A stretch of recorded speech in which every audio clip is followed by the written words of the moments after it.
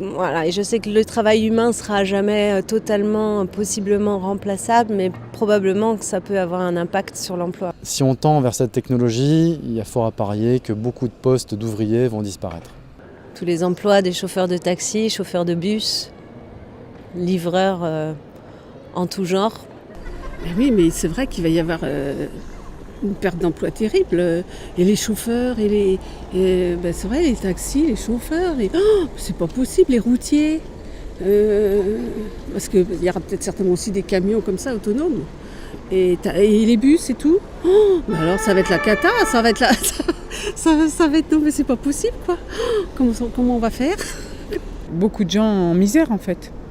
Il y aura en fait une adaptation à faire au niveau de l'emploi de chacun et la répartition du boulot d'une façon différente. Et regarde, moi par exemple, je travaille comme chauffeur. Et moi on va me dire merci, hein, c'est bien, maintenant on a des voitures automatiques, tu vois, donc t'es bien gentil, en plus t'as été saute d'humeur et t'es en retard, là la voiture elle est toujours à l'heure. On n'aura plus de grève de pilotes, c'est déjà pas mal. Avant il y avait des photographes qui développaient les photos et puis tout d'un coup est arrivé le numérique.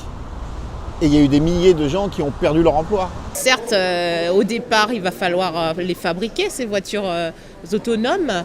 Donc ça sera certainement des hommes qui vont commencer à les concevoir, mais par la suite, ça sera aussi des robots. Donc de ce que j'en comprends, beaucoup moins de travail pour les gens.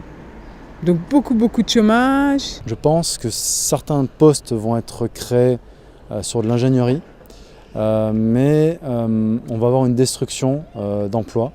Évidemment, si la transition était brutale, le risque de chômage dans ces professions-là serait très important. Mais comme la transition va être progressive, il suffit de former les gens à d'autres métiers.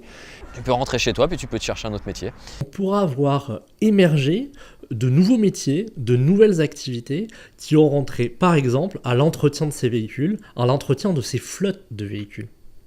J'imaginais pas la voiture autonome comme ça. Moi je pensais que ça aurait été plus personnel et de voir qu'il y aura des gens qui vont perdre leur métier, il n'y aura plus de chauffeurs pour les bus et tout ça. Moi je trouve que je suis plus aussi enthousiaste qu'au départ. Mais dans un autre sens, ça va peut-être en créer, espérons-le, mais je ne vois pas dans quoi exactement. Mais bien évidemment, cela signifie qu'il y aura des gens pour l'entretien, des gens au poste de contrôle, des gens qui vont travailler sur des algorithmes pour vérifier les itinéraires, des gens qui vont effectivement surveiller un certain nombre d'embarquements, des gens qui vont être présents aussi sur le terrain pour voir si tout se passe bien. Of course, jobs around getting passengers on board and maintaining vehicles like these will be needed to run a reliable transportation system in the air. On en casse plus des emplois qu'on en crée avec le moderne.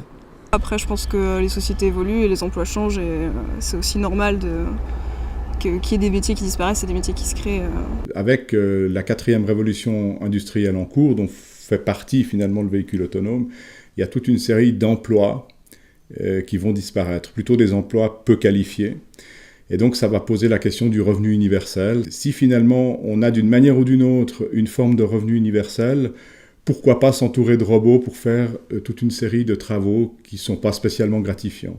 Si on n'a pas ce revenu universel, je pense qu'il est suicidaire de s'entourer de robots parce qu'une société où on a 30 ou 40% de chômage est probablement invivable. C'est une société qui est très violente et ça n'est absolument pas souhaitable. Le véhicule connecté et l'usager. Comment vont-ils interagir? Vous appellerez un véhicule via une appli. Ce pourra être le vôtre, celui de vos voisins, celui du service public ou d'un prestataire privé. Vous pourrez réserver ce véhicule pour vous uniquement ou décider de le partager. Ce ne sera bien sûr pas au même tarif. Vous l'attendrez dans une des stations prévues à cet effet. Ces véhicules seront capables de réaliser la prise en charge partout, 24 heures sur 24 et 7 jours sur 7. Ils seront occupés près de 90% de leur temps, alors qu'aujourd'hui, la plupart de nos voitures ne roulent que 10% du temps. Le service de mobilité deviendra de ce fait moins cher. Son poids dans le budget des ménages va considérablement diminuer. Pour rouler, ce véhicule va analyser son environnement, cartographier les zones parcourues, la vitesse des objets avoisinants ou les commerces devant lesquels vous passerez. Il enregistrera aussi la pollution de l'air, la météo, l'état des routes. Il recevra aussi des informations provenant de l'extérieur afin de fluidifier votre déplacement et d'anticiper accidents et dangers potentiels. Vos trajets n'auront plus de secret pour lui. Heure et date des voyages, itinéraire, vitesse, nombre de passagers, identité de chacun, comportement à l'intérieur du véhicule.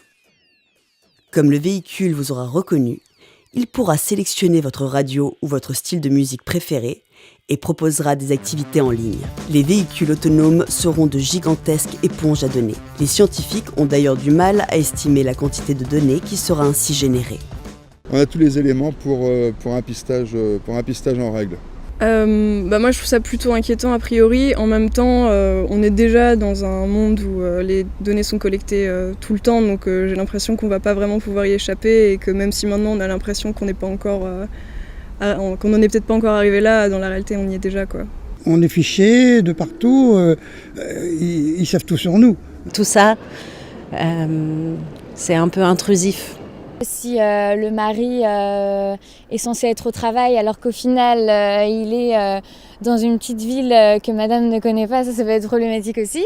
Personnellement, non, ça ne m'inquiète pas, parce que de toute façon, que ce soit dans le milieu bancaire ou sur les différents sites d'achat sur Internet, on est tous fichés quelque part. Il y a des gens qui ont des vies privées ou très privées et qui n'ont peut-être pas envie d'être suivis ou repérés, quoi. Au contraire, la vie privée, ils peuvent prendre, il n'y a pas de problème. Il nous manque plus que la puce sous la peau, mais ça arrive aussi, donc voilà, ça ira avec. Donc là, il y a effectivement, comme pour tous les systèmes de suivi individuel, une régulation à mettre en place. Mais attention, à qui vont appartenir les données? Est-ce que les consommateurs et les citoyens vont être d'accord pour donner leurs données?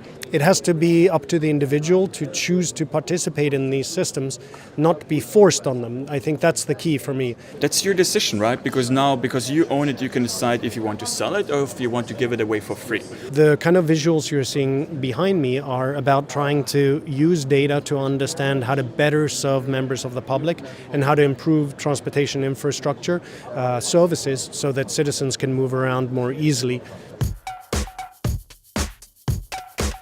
Est-ce que demain un hacker pourra prendre le contrôle d'un véhicule? Est-ce que c'est quelque chose qui est possible? Je me dis qu'une voiture guidée à distance peut être facilement piratée et dévier de sa trajectoire. Plus ces véhicules seront connectés, plus leurs données seront ouvertes, plus le risque de hacking est en effet important. Aujourd'hui, on parle de cyberattaque. C'est pour ça qu'au niveau européen, on est en train de penser à une agence européenne de la cybersécurité.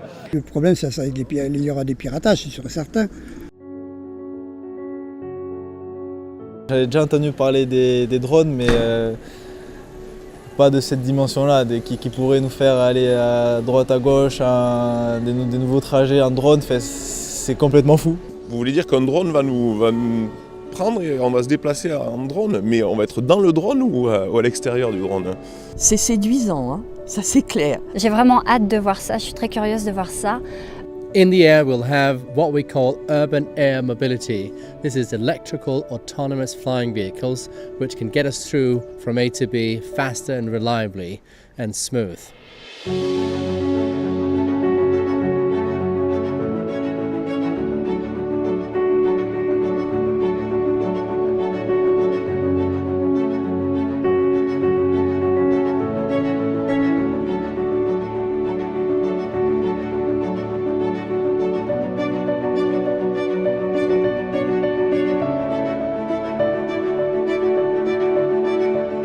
To make urban air mobility a reality, we need new machines, the flying vehicle.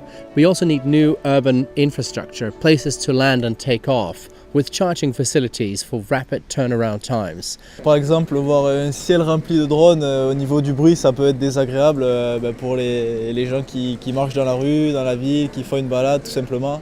Et puis ça peut faire une pollution visuelle aussi et sonore, déjà qu'avec les avions c'est compliqué, donc en plus si on rajoute des drones, c'est pas forcément ce qu'il y a de plus beau à voir dans le ciel. At first, we certainly expect this to not be a big congested airspace, but it will be much more busy than it is today, where it's largely unused. Là, ce sera de la ligne droite, donc forcément, rouler à vol d'oiseau, c'est quand même plus intéressant. Alors les avantages des drones, ça serait pour les pompiers, déplacement ambulance, tout ça, service plus rapide, peut-être moins de morts, ça pourrait sauver des vies. Prendre un drone avec Pour le transport, oui, mais il y a les lignes électriques, il y a donc sécurité, il y a les arbres, l'environnement, il y a plein de choses qui rentrent en ligne de compte. C'est un sujet qui va être un petit peu plus difficile et complexe à traiter parce que aujourd'hui le contrôle aérien, l'espace aérien est un domaine qui est beaucoup plus complexe que ne peut l'être les routes. It's not like they will just land everywhere and have no one to look after them. We expect every such vehicle to take off and land from dedicated, specialized infrastructure.